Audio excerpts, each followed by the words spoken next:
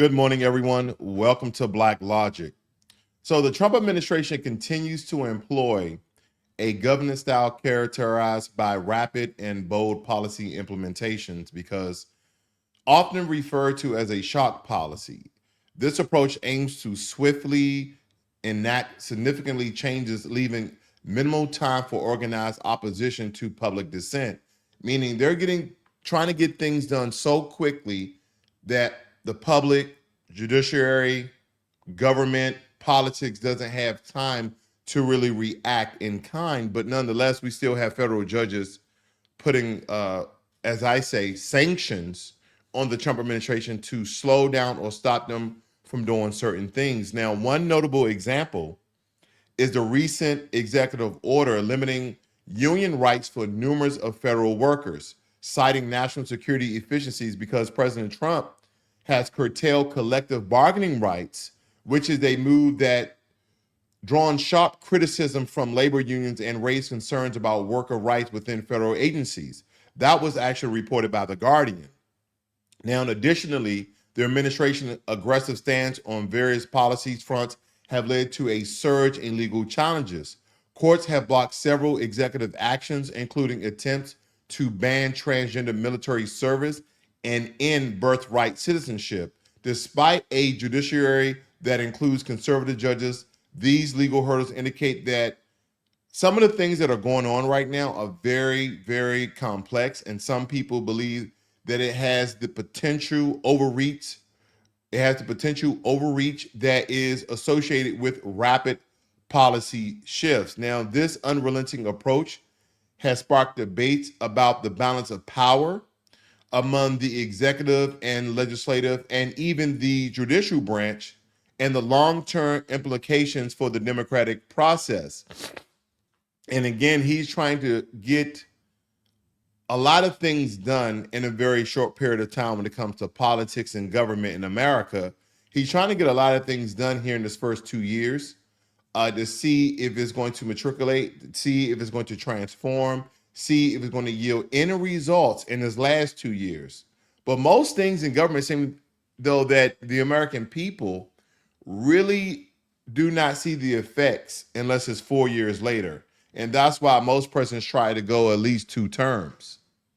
Now, in a move that has sent ripples through the public health community, the Trump administration announced the elimination of approximately 10,000 jobs. I reported on this yesterday, but the headline was by RFK Jr. stating that he's going to get rid of essentially 10,000 federal health agency workers. Because when we look at the Department of Health and Human Services, this reduction decreases the workforce from 82,000 employees to 72,000 employees, significantly impacting agencies like the Food and Drug Administration and the Centers for Disease Control and Prevention. We had this have to see how the reduction of employees is going to affect a lot of the systems that are already in place that a lot of these workers were in charge of, or we just had too many people who, a lot of times in your regular job duties, your regular, job SOP,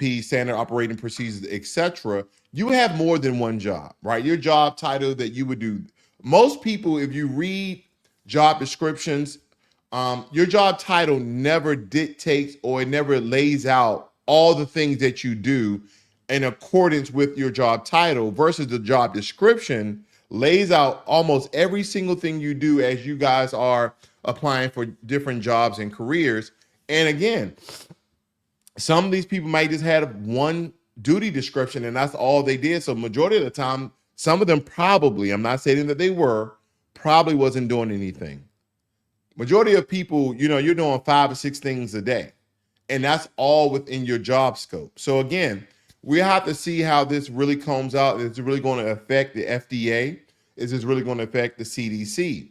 Now, the Health and Human Service Secretary, again, RFK Jr., emphasized efforts to maintain core functions despite these cuts, highlighting a push for increased efficiency.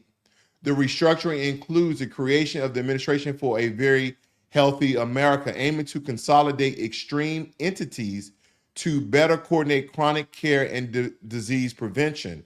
Now, of course, critics from all over America they argue that such substantial layoffs could hinder the nation's ability to respond to health emergencies and undermine public trust in health organization. Now, the timing of these cuts amid ongoing public health challenges raise questions about the preparedness and the prioritization of the resources, and in this case, the lack thereof because of reduction of 10,000 people. So we're going to see how that comes through as well.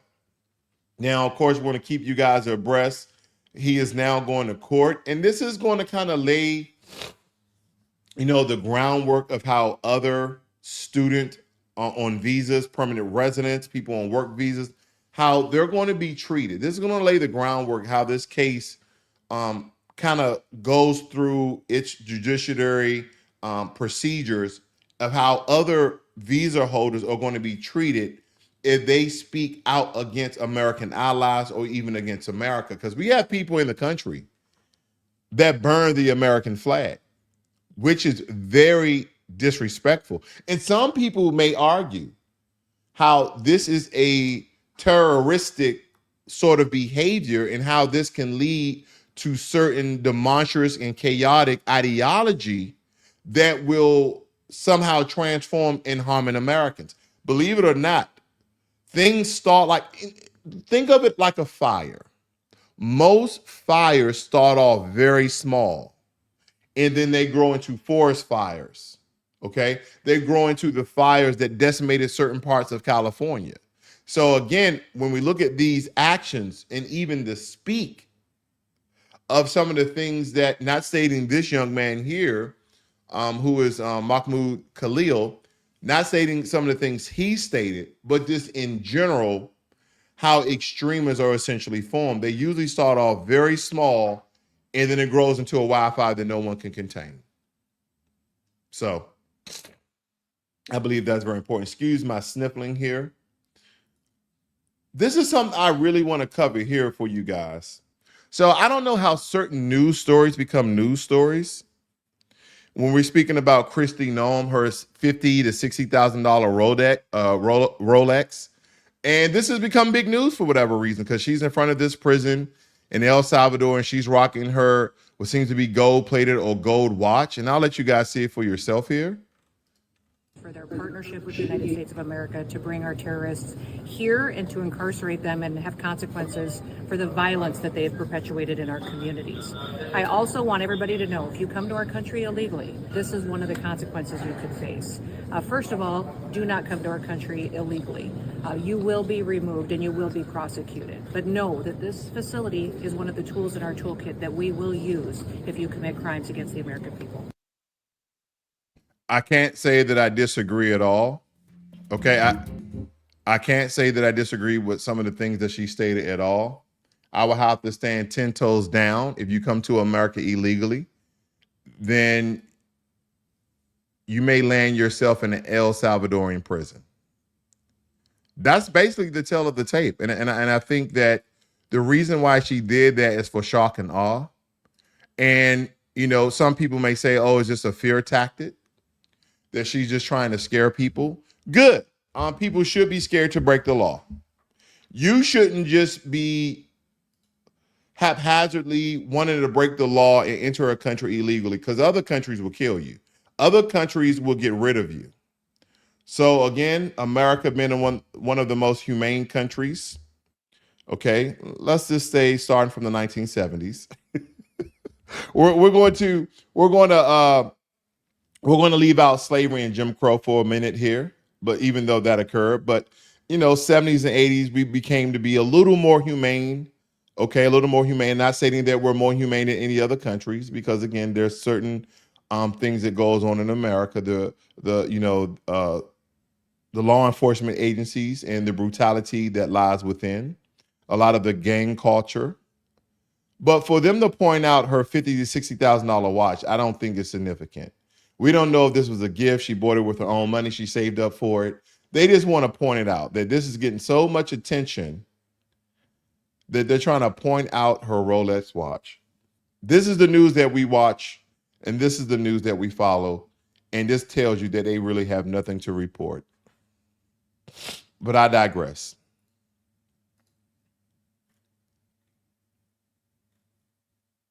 But nonetheless, Vice President J.D. Vance and his wife are scheduled for a tour, a U.S. military base in Greenland. Greenland is not going away when it comes to politics and the news because of its strategic value. But nonetheless, this was following a diplomatic spat over a previously uninvited visit. The initial unplanned visit had caused tensions between the U.S. and Greenland authorities, highlighting the sensitivities surrounding military presence, okay, and their sovereignty. I'm trying to figure out how was this a surprise visit? How did Vice President J.D. Vance and his wife fly into Greenland without the Greenlanders knowing and without the Greenlanders' approval? How do they do that? That is my question. How did J.D. Vance and his wife fly into Greenland, an unexpected visit, an unplanned visit, and they allowed them to do so? But this is a lot of outlash because this particular upcoming tour, it aims to mend diplomatic relations and underscore the strategic importance of the Arctic region. And the incident has sparked discussions about the protocols of international military visits and the significance of clear communication between allied nations to prevent misunderstandings. I wonder how that's going to unfold.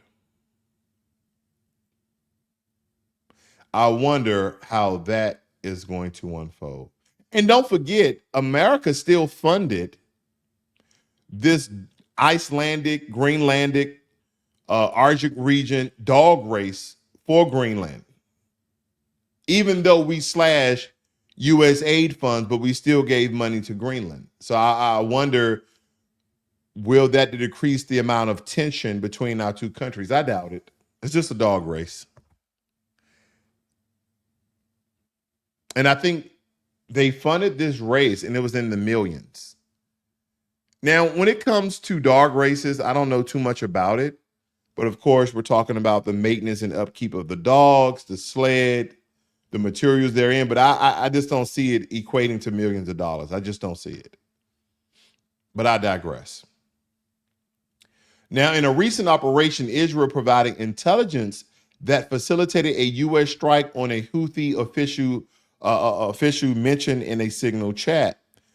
And this is something that has not been going away for J.D. Vance, my apologies, to Pete Hegseth of his blunder in pretty much giving information that could have been catastrophic if gotten to the wrong hands. Now, going back to this particular story, because the collaboration underscores the intricate web of intelligence sharing between allies in the role of technology in modern military operation, and the targeted strike demonstrates the capabilities of real-time intelligence and the importance of cybersecurity and monitoring potential threats. It also raises questions about the privacy and the extent to which encrypted communications could be accessed for national security purposes. And one more step, I'm still waiting for Pete Hegseth to just admit that he made a mistake. Everybody wants transparency until it comes to their front door. Or in this case, it comes to your cell phone by the way you've added a journalist haphazardly and they've gotten the information. And what if they was a double agent? What if they was a foreign dignitary or a foreign journalist that had ties to Yemen and they gave out that information?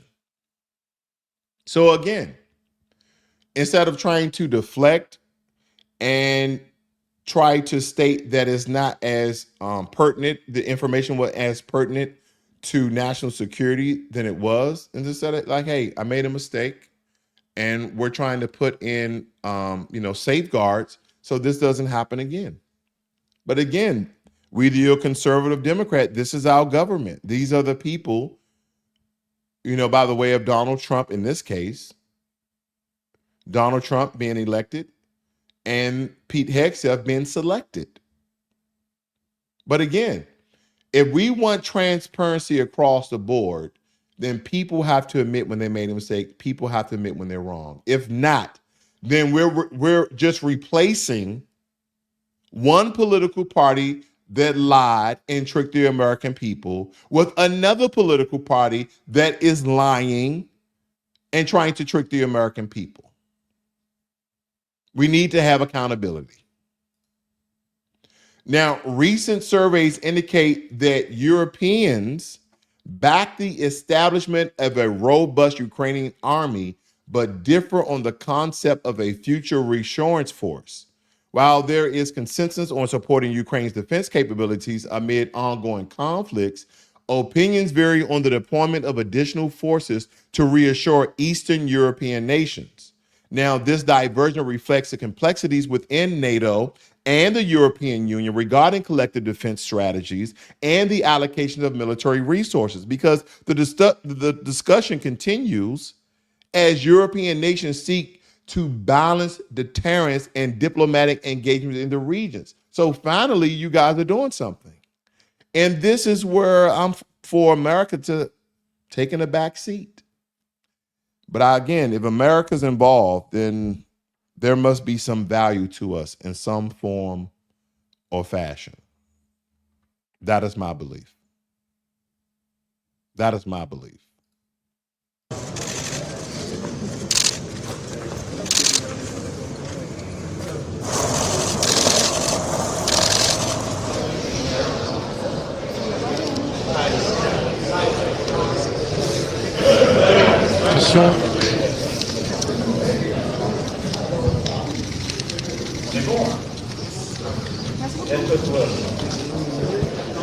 Pardon? You know, I've been noticing that a lot of people have been getting President Zelensky slack about not wearing a suit because he's the president, but supposedly he's not doing to show that his country's at war and he doesn't want people to forget it. He doesn't want to fit in with politicians. And again, I don't think that he needs to wear a suit. We have politicians in the American government that don't wear suits. They wear hoodies. Right. And automatically when I say that, some people were thinking, oh, they must be black. No, they're not. I forgot I think he's a senator, but he's a senator for, was it not West Virginia? I think New Hampshire. I forgot the state. Nonetheless, he wears a hoodie, a white guy, but he doesn't even wear suits himself. He doesn't even wear suits himself. So again, we're not even at war. There's one last thing I want to share with you guys. And this is kind of fitting into what I just stated, but this is about DEI. I am so sick and tired of people, even black people, thinking that DEI was originally for black folk. We continue to think that DEI benefits black folk, and it absolutely doesn't. I just want to cover this very quickly. I want you guys to hear what this gentleman has to say. I won't play it in its entirety, but I will play the first minute or so. So I want you guys to listen in. Musk and Donald Trump go so hard at the DEI program and the transgenders. I'm gonna break the shit down, and I'm gonna explain to y'all why them two really connected, how they got close. Right now, check it. Got to go back to when Obama was in office. He the one who brought the LGBTQ community on board, right? He okayed gay marriages, right? So now with that, black people, we had Civil Rights Act and we had affirmative action. What Obama does, he switches affirmative action, changes it to DEI, which was for the LGBTQ community, right? DEI was never for black people. That was for them to attach on to the civil rights and the affirmative action. The civil rights and that was for them. What you see here on your screen is the most important thing that I want you guys to have a takeaway from, because they have the mass majority of Americans believing that black people benefited from DEI. Every now and again, I watch the broadcast by Valuetainment, also known as PBD, and the host not the head host, but some of the people that's on their panel always in some form or fashion are linking and relating and comparing DEI with black people. They're trying to make a connection to DEI and black people because they will say DEI, then they would say, well, white men, and they'll make this correlation. That's a false equivalency because, again, multiple reports, not just from the Black Enterprise, not just by the Department of Labor, even by Pew Research, stated that black folk are the least percentage of people who benefited from DEI.